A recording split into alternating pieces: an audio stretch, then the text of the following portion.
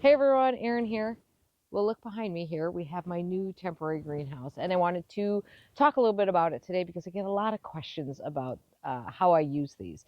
So, for years, I have used these temporary pop up greenhouses. These are essentially cheap things meant to go up for short periods of time and then go away, which is exactly what I do with them.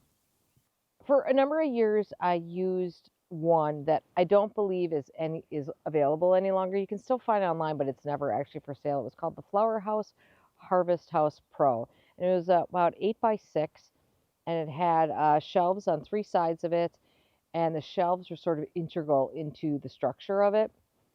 And I used the heck out of those. Then that got too small, so I bought another one of those. So I was setting up two. But the problem with these temporary greenhouses is the build quality is not like great on these, right? Because they're not meant to be permanent structures, so they don't have to have that kind of robustness to them. And one of the things that happened with those greenhouses I used them was that they would develop tears in them in the covers. You could not buy replacement covers anymore. I would patch it up with like Gorilla Tape, but they served their purpose for me, and really I had outgrown them. Now I use these for multiple reasons. Probably the biggest one of which is growing on seedlings that want to grow on a little cooler, where it's a little too warm in my basement to be growing them on. To harden off seedlings, it's a fabulous way to harden off seedlings because I don't go through the move them in and out thing. I just put them out into this greenhouse. And then what I do is I cover them up with some um, thin harvest cloth, frost protection cloth type of thing. Um, and then I will take that on and off, which is much easier than moving trays in and out. And then I also use this to hold annuals. So a lot of times I go shopping for annuals early in the season so I can make sure that I get what I want. And I will use that to hold these and take care of those because the temperature fluctuations through May are pretty dramatic here in my southeastern Wisconsin garden. And then lastly, I use it, and probably this is the biggest reason, I use it for my dahlias. So I like to pot up my dahlias ahead of time. And once they sprout, I bring them out into this immediately. I grow a lot of them. I have nowhere inside to keep that many, but also that way I never have to harden them off. They grow outside in the light from the get-go. So about a month and a half ago, I shared some thoughts in a video about how I was taking a look at a brand called Eagle Peak because many of you had suggested that you liked that brand, which was a good place for me to start. And they had a 10 by 10 and a 12 by 8.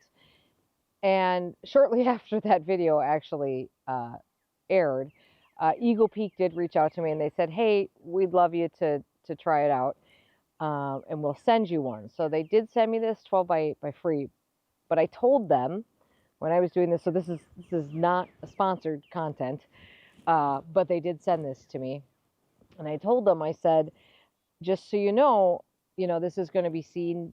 I'm going to use this for years. It's going to be seen by a lot of people, and I'm going to share my honest thoughts about it. And to their credit, they said, "Great, that sounds great. If you want to share it, if you don't want to share it, that's fine." So, sometimes when somebody offers to send me something, I'm like, just so you know, I will tell the truth about it. That's a good sign of whether a company has a lot of faith in their product or not when you tell them that and they say, "Sure, we'll send it to you." So they sent me the greenhouse. The shelves are something different, which we'll go in there and take a look at. Now, I did wait to make this video because we set this up a week ago, and I knew during the week we were going to get some really significant winds. They were actually so significant that my poor neighbors who are building a pool and had a temporary cover built over the top of it so they could work inside of it, that thing got absolutely demolished in the wind. Now, this is not in a super high level. This is not an area that I would say is particularly prone to wind because it's kind of lower in the yard and it's protected by some trees around it and things.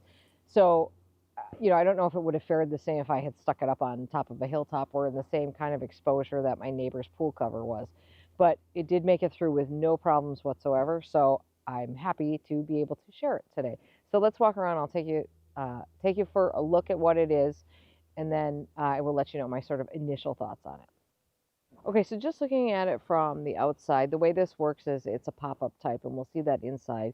There are methods to stake it down up here.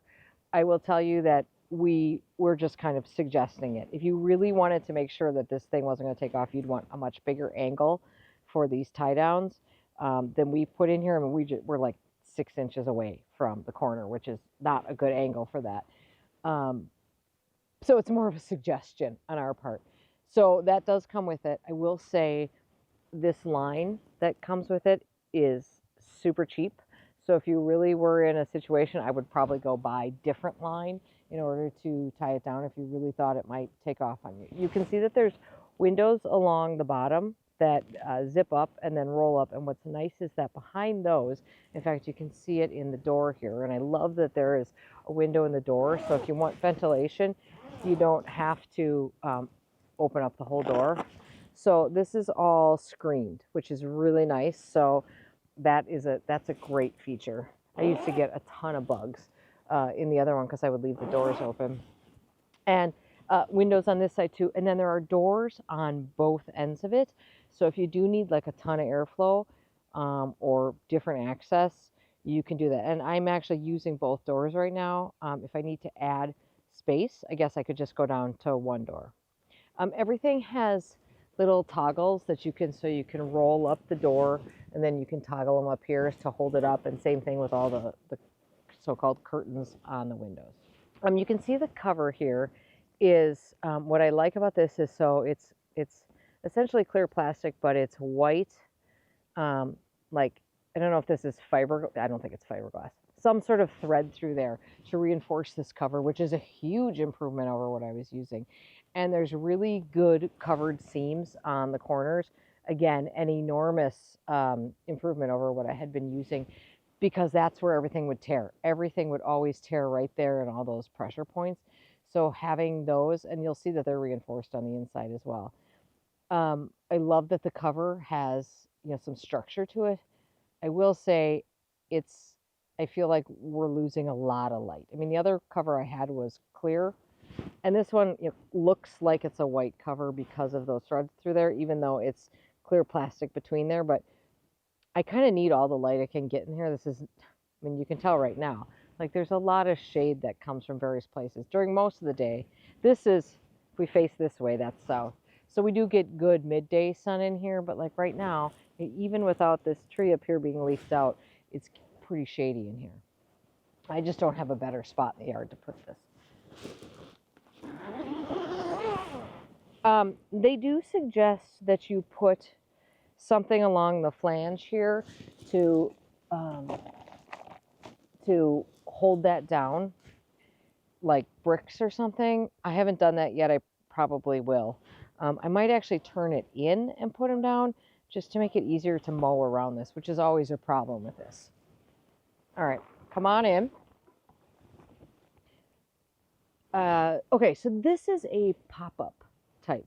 So if you've ever used one of those little pop-up tents that just kind of accordion out and then you just push them up, that is the same kind of construction that this is. It works exactly the same way. So this went up way faster than the other ones did, which were kind of a tube construction that you'd have to build. This went up, it was so much faster and so much easier to put up than the other ones were. The cover attaches. You can see here we've got Velcro, 3 pieces of Velcro along the legs there. And then it does come with this center ridge pole, which they suggest is optional. They say it's for snow cover, which, can't imagine using this in snow, but we did put that in for additional support there. We did add in this. We did put in, these are just some stakes that we put in, cut and used a wire tie to just hold them in place and drove them in the ground because the sides are really, apparently it's called oil canning. That was news to me. They oil can quite a bit. They flop in and out quite a bit, and it was going to, it was significant. So we put that in to try to stop the cover from blowing in off the sides quite so much. So there's the bottom of each leg. You can see there's 3 holes. They do come with stakes. And I'm not sure. I actually think we might have just used other stakes that we had, but they were the same thing basically. And so we pounded those stakes in at 3 different angles. So those legs are, I mean, they're really in there because we use nice long stakes that are, like I said, are pounded in from 3 different directions. They do make sandbags, and they actually did send me some sandbags. I don't even know that they're necessary because I don't see any sign of these going anywhere because those stakes are really doing their job. You can see that the legs have multiple positions for height. I don't know why you would want this at anything less than full height, which is what this is. So the middle of this is quite high. I think in the corners it's 6 feet 2. So the lowest spot is 6 feet 2. Now I bought my own shelving for this because, to be honest, I didn't care for the setup of the Ego Peak shelving, which had only 12 inches between shelves, which is really, to me, not enough. This is, I think, 18 inches between shelves or so. I bought these shelves at Grower Supply, and I actually bought, these are meant to have another layer on each one. So they're supposed to be 4 shelves, counting the one at the bottom, for each section.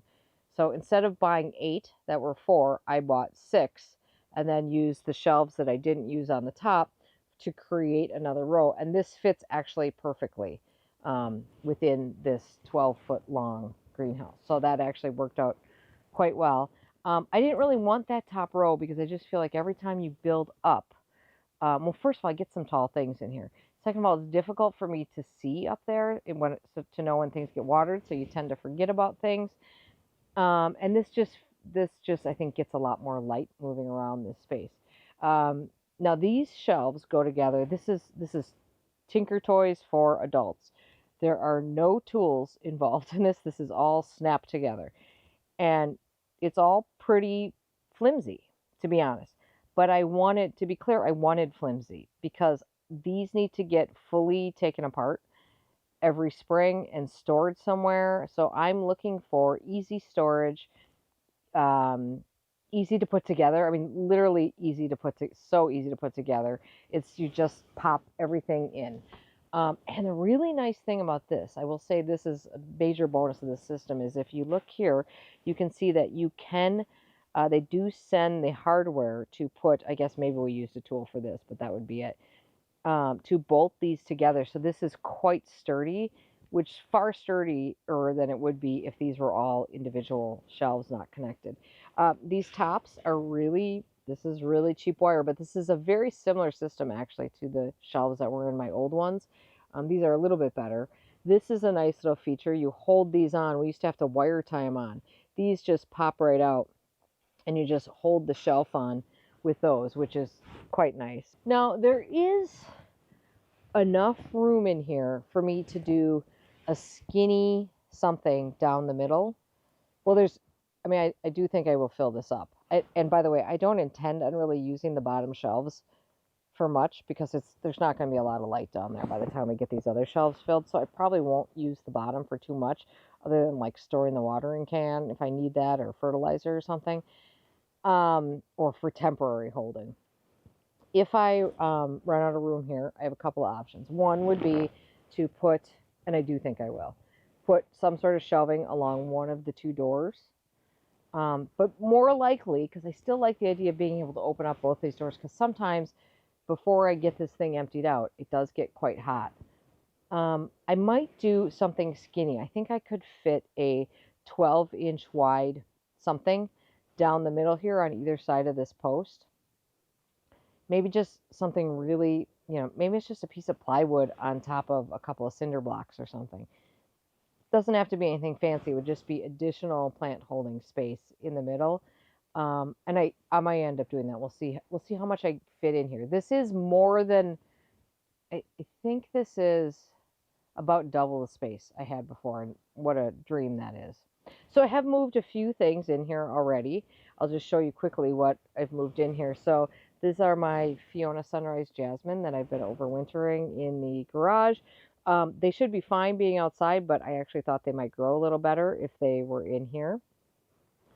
These sad things here are my ranunculus. First time growing ranunculus. clearly it's not going well. This is why I didn't do any videos on it, because I clearly things aren't great.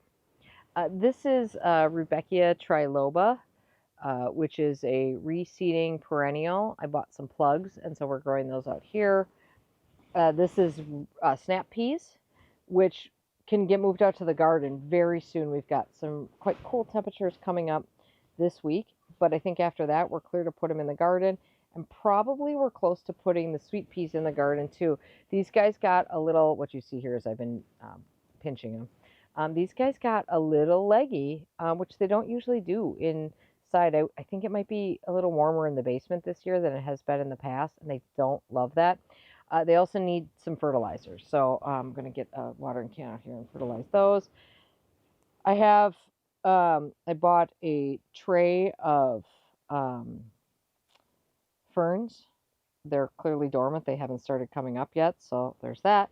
And then I got a whole bunch of mondo grass in a shipment, so that's down there. And then what you see here is a green sleeves dogwood that came to me, and it's all budded up. It's got all its flower buds on it, and with those cold temperatures coming, I don't want anything to happen to those flower buds. So the plant itself is plenty hardy. It's just that it came from an area that's well ahead of us, so I just wanted to put it in here to protect those flower buds until the weather is a little clearer. So soon I'll be able to move things like snapdragons out here, foxgloves, things like that that are growing inside right now. But for now, you can see what the plan is here. I plan on filling up the top 2 shelves of everything along here, and then, like I said, there's room to add on. So here are my initial thoughts on this. Now, this has only been up for a week, and I just moved plants into here, like 3 days ago. So we haven't tested anything with this, except for the setup. The setup was, I loved it. It's so much easier. I mean, actually, I could do it myself. It certainly works better with 2 people, because otherwise you just have to keep walking around in a circle. But I could have done it myself if I had to, which is great. And it's so much easier. And I would say doesn't take up any more room really than the other ones did. So I loved the setup. I loved the design that we've got going on here, with the exception of my concern about how opaque the cover is. By the way, they do make a green cover for it as well, and I don't know if that's just an aesthetic choice or if there's a difference in terms of UV as far as that goes, but I thought the white looked better than the green, so that's why I went with it. It'll be interesting to see functionally how this works when this thing is jammed full. I will say it's in terms of something to have in your backyard, it's not exactly the prettiest thing. I don't love looking at it. That's not specific to this one. It's just specific to this concept of a temporary greenhouse. I am going to have to bring in a heater in here for these cold nights that are coming up, including tonight. In the past, I've used just a regular space heater. I did order a greenhouse heater. I will tell you this is worth noting. I ordered that from Eagle Peak as well. They have one. It's listed for damp locations, which I thought was safer than the space heater I've been using in these things. It's a little worrisome, you know. Unfortunately, I don't think that heater is going to make it here in time.